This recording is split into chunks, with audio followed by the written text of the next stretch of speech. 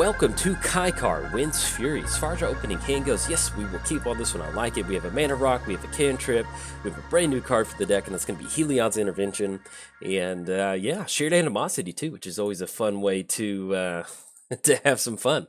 So, and we are on the play. Yeah, so let's get this thing started. So let's go and lead off with Command Tower. That sounds good. Yeah, lead off with Command Tower. Let's go and go for Ponder. Well, do we? I mean, we've actually got a very nice opening hand. We've got 4 mana for Kykar, then that puts us up on Ponder if we hit another. Yeah, let's just kind of wait. Let's just do that. All right, let's just go and pass turn to our opponent and see what's going to happen. So, there we go. We are playing Kykar, Wind's Fury, which is one of my favorite commanders from recent sets. I just love when you have a commander that has a non-creature spell, you know, attachment or whatever you want to say it, that ability. There we go. Whenever you cast I love being able to get rewarded for doing what you're normally going to do, casting non-creature spells, and then Kykar's like, here's a spirit token you can turn into red mana. So I am very much enjoy Kykar. It's a lot of fun. So let's go for Waste, and then Imperial Recruiter is going to be awesome because with Imperial Recruiter, it's going to allow us to grab Young Pyromancer or Monastery Mentor. So we'll see exactly what we would end up grabbing. So, but anyway, let's cover our commanders real quick. Let's get that out of the way. We're playing Kykar, Wind's Fury. Flying, whenever you cast a non-creature spell, create a 1/1 white spirit creature token with flying, then sacrifice a spirit, add red mana to your mana pool. Playing gets Feather the Redeemed. Flying, whenever you cast an instant or sorcery spell that targets a creature you control, exile that card instead of putting it into your graveyard as it resolves. If you do, return it to your hand at the beginning of the next end step. So we did cover both commanders. Give a quick shout out to our sponsors, MTGOTraders. If you want to be one of these spirits, or if you want to be on Kykar's Spirit Squad and be a little cheerleader, hey, head on over there. We're holding some tryouts. Also, let's give a quick shout out to ingaming.com, ingaming.com/jolt. They've got a ton of options out there, so if you want to treat yourself, make sure that you do head over to ingaming.com/jolt because it'll treat the channel at the same time. And last but not least, I started a Patreon. So if you'd like to support cool content like this, if you'd like to get your hands on some of these promotional token giveaways of the month, hey, make sure that you're a patron of my Patreon. So there we go. Let's have some fun. All right, see what we rip into. We do have Glacial Fortress that will come into play tap, so hopefully, there we go, run into Island. So at this point, we could... Yeah, I think I actually kind of like doing this. So let's do this, because there's sometimes in Magic to where, you know, obviously if we're getting down Kykar, we want to make sure that Kykar is going to be protected or we get some sort of value from it. There's also sometimes to where if you just get down Kykar and they don't have removal, you're going to be good to go. So let's just see if this is going to work out. If they've got spot removal for Kykar, so be it.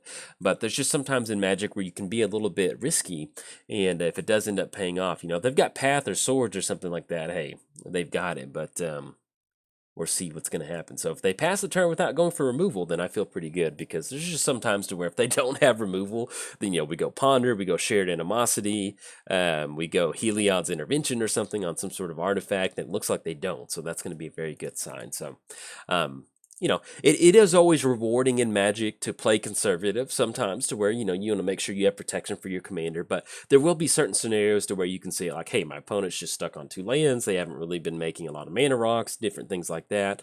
If I just have Kykar come out unprotected, it is a little, you know, obviously in a multiplayer game where there's 2 other people at the table, you have to be a little bit more cautious about that. But at least in 1v1 Commander, you can kind of do something like this and just kind of get it out there. So basically, if you're new to Magic or you're a Magic player, kind of work on your risk assessment and take some riskier lines of play sometimes. You'll actually be rewarded for that. So it's always fun to kind of do different. Now, don't play reckless where you're just like slam it out and then your commander tax gets shot up. But there is sometimes to where you can play a little bit more, go for riskier lines of play and be rewarded. So it's just, you know, if you think about Magic as a whole, you know, there's a lot of games you're going to be playing. Play a couple games risky, then go back to being conservative. However you want to work that out. Just you know, be able to recognize scenarios in which, you know, if they don't have it, then I'm going to be able to really generate some value. And that's exactly what we've put ourselves into right now. So let's see what we rip into. We do have Glacial Fortress that will enter the battlefield untapped, and we actually run into Polluted Delta. So what we're going to do is we're going to go for Glacial Fortress, and we do have 5 total mana, so that's potentially going to be Ponder and Shared Animosity, which I think we're kind of okay with. So let's just go for a Ponder first. That's going to be a Kykar token. It's going to enter the battlefield tapped. And then let's look at the top 3. Wheel of Fortune which I do like that. Yeah, so let's go Misty. Let's go Windscarred Crag, and then Wheel of Fortune on top of our library. Not going to shuffle our library. And then at this point, we do have Shared Animosity. It is a very nice card, but I really just want to rip a Wheel of Fortune on this one. Because one of the nice things about Wheel of Fortune is that, and let's do it like this. So let's go red from... We'll do it like, yeah, Talisman, because that way it keeps us open on any sort of spell that we rip into with Command Tower. So with Wheel of Fortune, there's just a lot of mana rocks in here that allow us to... just really kind of start churning through, having a really nice turn. Then Disenchant. Okay. So what we'll probably end up doing is we can actually Frantic Search, draw 2 cards. It's going to give us an extra spirit token. And I think I kind of like that. Or we can just go for a Disenchant on Authority. Either way, we'll kind of see what's going to go on. So let's just go ahead and pass the turn. We're going to swing in with Kykar, because I just can't really see us holding back Kykar in a deck that cares about just going for a ton of combat tricks. You can see Brute Strength in our opponent's hand. They've got just a whole bunch of stuff that I don't know about, and so I don't want to have to play around it. So we're just going to go and swing in with Kykar, get in for 3 damage, and then we'll be in a pretty good spot to kind of go from here. Now, one thing that I will say about Kykar, if you're new to Magic, if you're new to Commander, let's say that you were a standard tournament grinder, you're a Spike, you play competitive Commander, I feel that Kykar is the perfect Commander for somebody trying to get into a play group that doesn't care about winning every single Commander game. Because one of the best things that make the Kykar deck is just the core value of the deck. Just run your basic building blocks in Jeskai. That's going to be Disenchant, that's going to be Path to Exile, Swords to Plowshare, Lightning Bolt, and then just blue cantrips. And so you're not building this kind of combo machine that's trying to win, Flash Hulk or something like that, and you're going to be rewarded for just building up a very nice board state and doing what you want to do. So I highly recommend Kykar as the commander of choice for somebody who is a Spike, or somebody who, I don't know how to build a commander deck that doesn't win all the time. Just build Kykar and just build like a cube version where it's just what we see in front of us. That's it. Don't go overboard. Just build some really nice cards in there. It's a very nice feeling. So so we do have Feather on the battlefield. One thing that we probably want to end up doing is getting rid of that that Authority of the Council. I think that's going to be a good option. So let's do this. So we're going to go for that, and just so we can just really kind of get it out of the way, let's just go and go Disenchant on Authority. That's going to still have one more token enter the battlefield tap, but at least we're going to be free from that, and we can actually sacrifice that tap token if we want to go for something like Frantic Search. So in fact, let's go ahead and go for that now. So it's going to be Talisman that we're going to tap down for. That's going to be blue, and that's going to be waste. Let's go for Frantic Search. It's going to allow us to untap all 3 lands and give us a few extra spirit tokens on the battlefield. Lightning Greaves, yeah, that's good, because we're going to be able to protect Fairy. And so let's just go and get rid of our 2 tap lands. That's going to be Windscarred and Tranquil Cove. Untap Command Tower, Glacial Fortress, and then we still have the land drop to make for the turn. And I think if we end up going Jace, I think that sounds like a pretty good plan. So let's grab Volcanic Island. Let's go Jace the Mind Sculptor. And then have Jace come down. That's going to be an extra spirit token. And let's just go for the -1. We're going to return Feather back to the hand since they are kind of strapped on mana. This is really going to help us out. So let's go and swing in for 5. That's going to put our opponent down to 25. And then...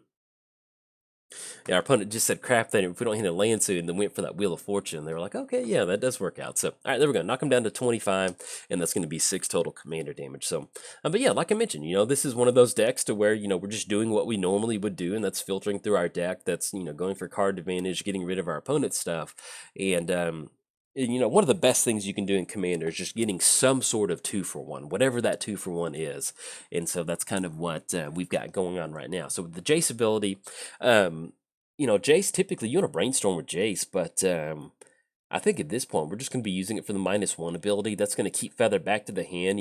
Playing against a Feather deck, one of the things you do want to keep in mind is that as long as you can keep Feather off the battlefield, you're in good shape, because there's just so much incremental value that a Feather deck can generate, because there's so many cards. Like, I can't remember all of them, but there's like a couple of red and white 1-mana cards that it's just like, draw a card and your creature likes bananas, and like you just keep bringing it back to your hand, and it's just that cantripping action really does add up. And it's not just making like, favored like bananas. There's some other good combat tricks, but long story short, they can really get some good cycling going in their hand. So now one thing that we can do is if we're worried about that, we could go for Teferi's Protection if we want to brainstorm a little bit. We do have Misty to kind of dig a little bit deeper.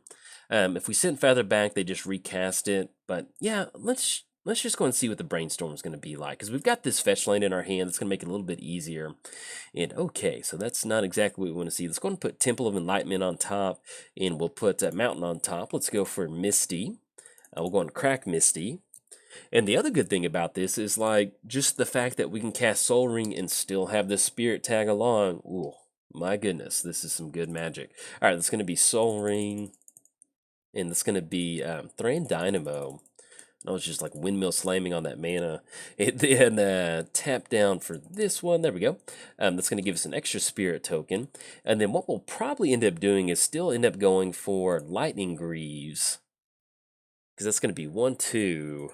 And we'll go and get Lightning Greaves. It's going to be an extra spirit token. We'll see if we can't jam an Unbreakable Formation for next turn.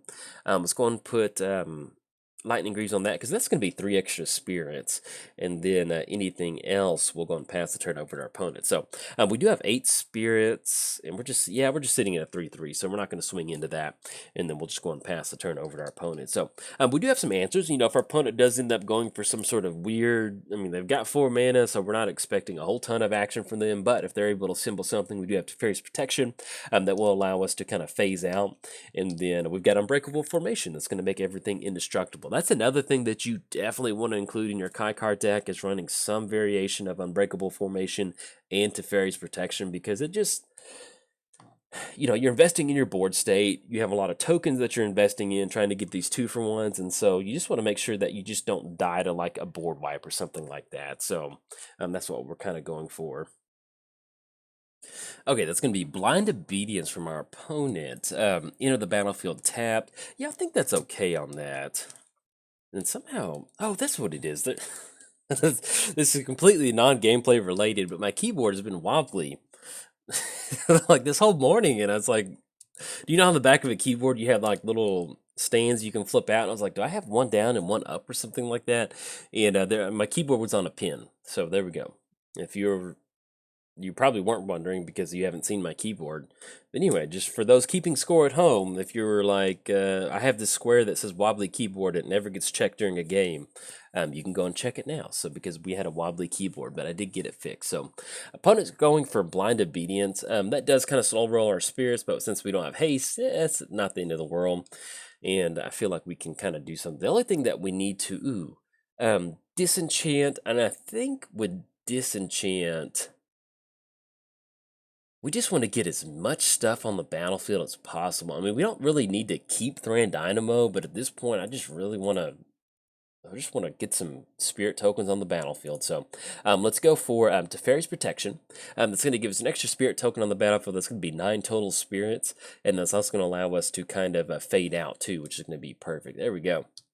Have that spirit enter the battlefield tapped, and I think we're going to be able to dodge that extort trigger too, because we're not there, but that they still might be able to get it. I don't know how that actually works with the extort ability, because where did Teferi go? He got exiled. Yeah, our life total can't change, so even if they do pay for the extort, it's not going to happen to us. All right, so disenchant, that's going to basically kind of fog out that disenchant. If they want to swing in for a 3/4 or 1/2, they certainly can, but what we're going to try to do is try to get in for a really nice alpha swing next turn with this Unbreakable Formation, and that's really going to allow us to kind of chip away at our opponent's life total and just kind of go from there. We do have the Brainstorm ability from Jace. We don't have to worry about Feather swinging in at Jace or anything like that, and so that'll be another option that we can go for, is brainstorming with Jace, and then hopefully we can find some sort of way to close it out. We do have different ways in here that allow us to kind of just completely buff the entire board state. We did have Shared Animosity, which is very nice for the deck. That would have allowed us to close it out, but I really wanted to Wheel of Fortune first. So, and then Arcane Signet. Okay, so that's not it. So let's go and go for the 0 ability, draw 3 cards, and ooh, Skull Clamp. Okay. Let's go ahead and put we want to make the land drop for the turn. Let's put Arcane Signet on top. Yeah, we can just put Plains, because yeah, let's do this. Let's Skull Clamp for a little bit. Yeah. I think that sounds good. We're going to get an extra spirit token. We're going to have Skull Clamp come down. Let's go and equip Skull Clamp onto that spirit token because that's still going to give us those 1 tokens out there. We're going to cash in 2 card draw. Let's go Plains. And the good thing about this is we're basically just going to be able to keep cycling through these different commanders. So let's go Swords to Plowshare on Feather. So we're going to get that spirit token. That's going to exile Feather. It's going to make it a little bit easier for us to, let's go on to the spirit token. Let's cash in 2 card draw. Oh, yeah. Let's go for Preordain. We're going to get that extra spirit token. We're going to get a little Scry and a little extra Scurry. Let's go and put that on the bottom. Let's put that on the bottom right now. Ooh, Dragon Shift. Okay. Do we have enough for Overload? That's going to be 1, 2, 3, 4, 5, 6, 7, 8. I think we do. All right, so we're going to go and overload this bad boy. That's exactly what we're looking for. Let's go 1, 2, 3. There we go. That's going to be double blue. Actually, we've got a lot of blue, so it's going to be blue, blue, and then red, and then red. Oh, beautiful. All right, so we're going to get that extra spirit token on the battlefield. I'm going to make all... Oh, look at that. That is just wonderful. Let's go and push in. I think this is the first time I'm getting a win with Dragon Shift, and it feels so good. Well, I think we've got enough. Yeah, 9 times 4, 9, 18, 27. Yeah, that's going to be more than enough. So, good game to our opponent. It always feels good to kind of cycle through your deck like that. You know, we were playing against Feather, and our opponent didn't really have a ton of crazy stuff out there. But, you know, between Ghostly Prison and Authority of the Council, Blind Obedience, you know, this could have been an issue for us. But thankfully, we're able to kind of chain together some stuff and kind of go from there. All right, there we go. So we get the dragon win on that one. Let's knock our opponent down to negative 12 and close the game out. Yeah, like I mentioned, you know, that's one of the fun things about Kykar is we're not going for a crazy win condition. I mean, you just dragon shift, and getting to that dragon shift is really not that crazy because you can sacrifice 2 spirit tokens for that red mana. So you're looking at 5 mana, instant speed, turn all your spirits into dragons, which is just, I don't know, just a very nice feeling. So, but anyways, if you enjoyed the video, hey, you enjoyed the dragons, the spirit dragons, hey, like and subscribe. Thanks. Bye.